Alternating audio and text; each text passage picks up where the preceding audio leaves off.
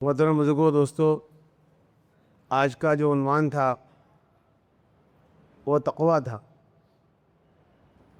جتنا آدمی اللہ سے ڈرے گا اتنا گناہوں سے بچے گا۔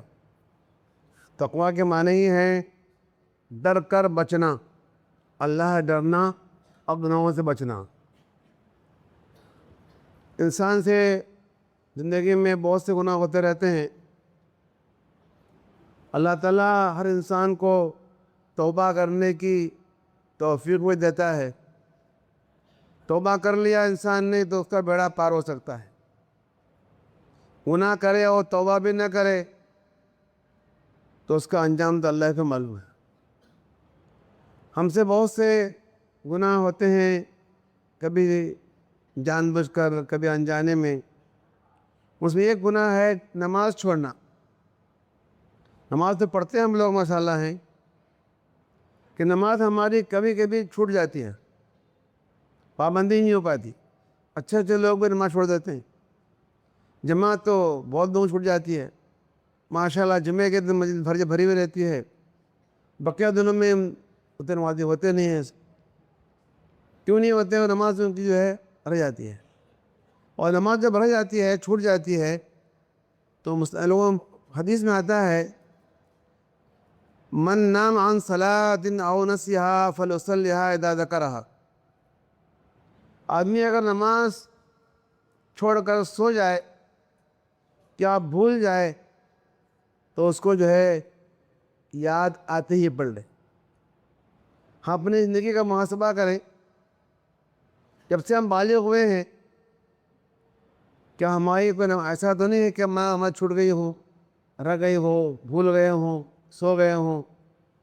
اللہ نے موقع دیا ہے، ابھی آپ صبح کی کیا بات بتائی گئی، آدمی کو بھروسہ نہیں۔ کتنے لوگوں سے جو رات میں سوئے اور صبح نہیں اٹھ سکے؟ کتنے ایسے لوگ جو سواری بیٹھے کہ ہم کو منزل پہنچنا ہے، اور منزل تک پہنچنے سے پہلے ہی وہ اللہ کے پیارے ہو گئے۔ ایسی ہزاروں واقعات ہیں۔ آدمی کا کوئی بھروسہ نہیں ہے۔ تو آدمی، ہمارے فقہا نے لکھا ہے کہ آدمی حتی الامکان پہلی فرصت میں اپنی قضا نمازوں کو پورا کر لے۔ وہ کیا طریقہ پورا کرنے کا ہے؟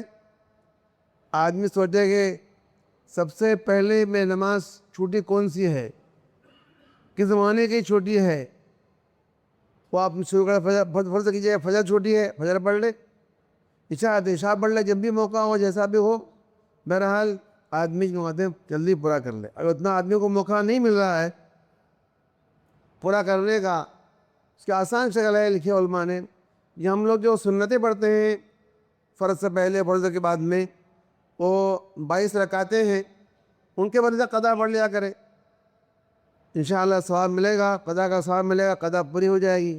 آدمی کسی کام کی نیت کر لیتا ہے، اللہ تعالیٰ اس کام کو اس کے لیے آسان کر دیتا ہے۔ ہم سے کوئی پوچھے کہ آپ ذمہ کوئی نماز باقی ہے، تو ہم کہہ سکیں نہیں، کوئی نماز باقی ہماری نہیں ہے۔ آج کل لوگوں کو رواج ہے چاول دینے کا، انتقال کے بعد کیا کرتے ہیں؟ چاول دیتے ہیں، خیرات کرتے ہیں۔ یہ چاول کا طریقہ جو ہے، خیرات کا کہنا اصل میں کہاں سے شروع ہوا؟ امام ابو حنیفہ رحمۃ اللہ کے نزدیک اگر کوئی آدمی نماز چھوڑ دے یا روزہ چھوڑ دے تو اس کی طرف سے فدیہ ادا کرتے ہیں۔ ہاں، فدیہ دینا ضروری ہے۔ یہ مطلب ہمارا مطلب تو نہیں ہے یہ، لیکن پھر بھی آدمی دیتے ہیں تو حرج کی بات نہیں ہے۔ تو حناف کے فدیہ ہے، ہمارے فدیہ نہیں ہے۔ ہم نماز کا اہتمام کریں۔ قرآن یہاں تک لکھا ہے اگر کسی کے ذمے کوئی باقی ہے، اپنا سارا کام کاج بند کر دے، کاروبار بند کر دے، دکان بند کر دے، اور سب سے پہلے کیا کرے؟ نمازیں اپنی پوری کر لے۔ اسے موت کا بھروسہ نہیں ہے، چھوٹ جانے پر قضا کرنا ضروری ہے۔ ایسے ہم حساب لگائیں اپنے روزے کا بھی۔ ویسے ہمارے یہاں عام طور سے روزہ رکھنے کا اہتمام ہوتا ہے، دعا سب رکھتے ہیں، پھر بھی کبھی انسان ہونے کے ناطے سفر کی وجہ سے یا مرض کی وجہ سے آدمی نماز چھوٹ جاتی ہے۔ ایسے اگر آدمی کی نماز چھوٹ رہی ہے، روزہ چھوٹ جاتا ہے، نماز چھوٹ جاتی ہے، تو آدمی یاد کرے کہ اب سے بالغ ہوا ہوں میں، اس وقت سے آج تک کیا کوئی میرا روزہ باقی ہے یا نہیں؟ تو باقی ہے رکھ لے اس کو۔ ابھی موسم جو ہے بڑا اچھا موسم ہے، ٹھنڈا موسم ہے، دن بھی چھوٹا ہے، اور خاص تکلیف بھی نہیں ہوتی ہے۔ آدمی جو ہے اس کو اہتمام سے روزہ رکھے اور حتی الامکان جلد جلد پورا کر لے۔ بہت سے لوگ سفر کی حالت میں روزہ چھوڑ دیتے ہیں اور نماز چھوڑ دیتے ہیں۔ ہاں، سفر کی روزہ چھوڑنا جائز ہے، آدمی چھوڑ سکتا ہے، لیکن بہتر ہے کہ آدمی آج کل سفر جو ہے آرام دہ سفر ہے، گھر میں آدمی تکلیف ہوتی ہے، سفر تکلیف نہیں ہوتی ہے، بہتر ہے کہ آدمی رکھ لے۔ نماز تو چھوڑ دیتے ہیں سفر کی حالت میں، حالانکہ نماز چھوڑنا بالکل جائز نہیں، سفر ہو یا حاضر ہو۔ بیمار آدمی نماز چھوڑ دیتے ہیں، وہاں بھی جائز نہیں۔ ہاں البتہ سہولت ہے، چھوٹ ہے، آدمی کا سفر کی حالت میں ہے تو دو نمازوں کو ایک وقت میں ملا کر پڑھ سکتا ہے۔ جیسے ظہر اثر ہے، گھر تک نکلنے کے بعد، اپنے گاؤں سے نکلنے کے بعد اس کا جواز ہے۔ اب ظہر اثر ہے، چاہے ظہر میں پڑھیں یا اثر یا مغرب یا اثر میں پڑھیں، دو رکعت ظہر پڑھ لیں، پھر جو ہے سلام پھیر دیں، پھر تو اثر پڑھ لیں۔ جائز ہے، ایسا کرنا پڑ رہا ہے، آج کل لوگوں نے ہنگامہ کر رکھا ہے کہ باہر وہاں پڑھنا نہیں ہے، اور ٹیسٹ نماز نہیں پڑھنا ہے، یہاں نماز وہاں نماز نہیں پڑھنا ہے۔ بہتر آپ نماز پڑھ لے، آدمی چھٹی ہو جاتی ہے۔ مغرب عشاء پڑھنا ہے تو آدمی جو ہے یا سفر کی حالت میں مغرب کے ٹائم میں مغرب پڑھ لے 3 رکعت، پھر سلام پھیر دے اور عشاء فوراً پڑھ لے، اس کا بھی جواز ہے، میرے کو حرج کی بات نہیں ہے۔ مغرب میں ٹرین رکتی نہیں ہے یا بس رکتی نہیں ہے تو نیت کر لے آدمی کہ میں عشاء کی نماز کے ساتھ ساتھ مغرب پڑھ لوں گا اور عشاء کے ساتھ دونوں پڑھ لے، تو اس کی جو ہے پوری مکمل جائز ہے، پڑھنے میں کوئی حرج نہیں ہے۔ بہرحال آدمی نمازیں حتی الامکان کوشش کرے کہ وہ ہمیں چھوٹ نہ جائے۔ بہت سے لوگ بیمار ہوتے ہیں اور ان کو بار بار وضو کرنا مشکل ہو جاتا ہے، وہ لوگ نماز نہیں پڑھتے ہیں۔ حالانکہ ہم شافعی رحمۃ اللہ علیہ کے یہاں بیمار کے لیے چھوٹ ہے۔ وہ کیا چھوٹ ہے؟ رکعتیں 4 پوری پڑے گا، ظہر میں 4، عصر میں 4، 2 رکعتیں چھوٹ نہیں ہے۔ سفر میں تو رکعتیں چھوٹ بھی ہے، ظہر میں 2، عصر میں 2، عشاء میں 2 پڑھنا ہے سفر کی حالت میں۔ لیکن مریض آدمی بھی جو ہے کو چھوٹ ہے۔ وہ کیا چھوٹ ہے؟ وہ 4 رکعت پوری پڑے گا، لیکن وہ بھی جو ہے اگر آدمی ایسا مریض ہے جو آدمی نماز کھڑے ہو کر نہیں پڑھ سکتا، اس کو مجبوری بیٹھ کر پڑھنے کی مجبوری ہے، تو آدمی نماز بیٹھ کر پڑھے۔ لیکن کیسے پڑھے؟ وہ بھی دو نمازوں کو ملا کر پڑھ سکتا ہے، بلکہ ایک ہی وضو سے آدمی، بیمار آدمی 4 نمازیں پڑھ سکتا ہے ایک ہی وضو سے۔ وہ کیسے پڑھے گا؟ ظہر کے ٹائم میں نیت کر لیا کہ میں ظہر کی نماز عصر کیوں پڑھوں گا، اور مغرب کا اذان ہونے والی ہے، سمجھے کہ باقی ہے 15 منٹ باقی ہے، آدھا گھنٹہ باقی ہے، آج وضو کر لے، عصر پڑھ لے 4 رکعت، پھر جو ہے پہلے ظہر پڑھے پھر عصر پڑھ لے، جیسے اذان ہو جائے مغرب کی، مغرب 3 رکعت پڑھ لے، عشاء 4 رکعت پڑھ لے۔ اس طرح سے شافعی کے یہاں جو ہے بہت سہولت ہے نماز پڑھنے کی۔ شافعی کا نماز بڑا مسئلہ سخت ہے، اور اگر آدمی نماز چھوڑ دیتا ہے جان بوجھ کر توبہ کرنے سے توبہ کر نہیں کرتا ہے، ہمارے یہاں قتل سزا ہے، خطرناک سزا ہے، مدد سزا ہے۔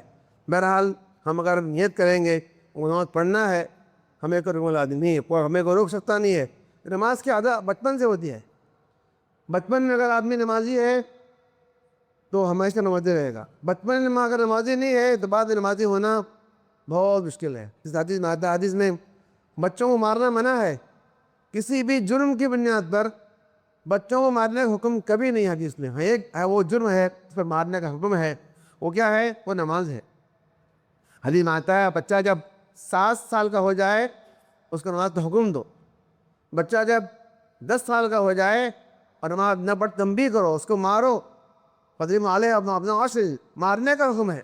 آج آپ اپنے جائزہ لیں، اور بچے دن بھر کھیلتے رہتے ہیں، رات میں بہت دیر سوتے ہیں، اور پھر جو ہے صبح جو ہے اٹھنے میں دیر لگاتے ہیں، پھر نماز کی فکر نہیں ہوتی ان کو۔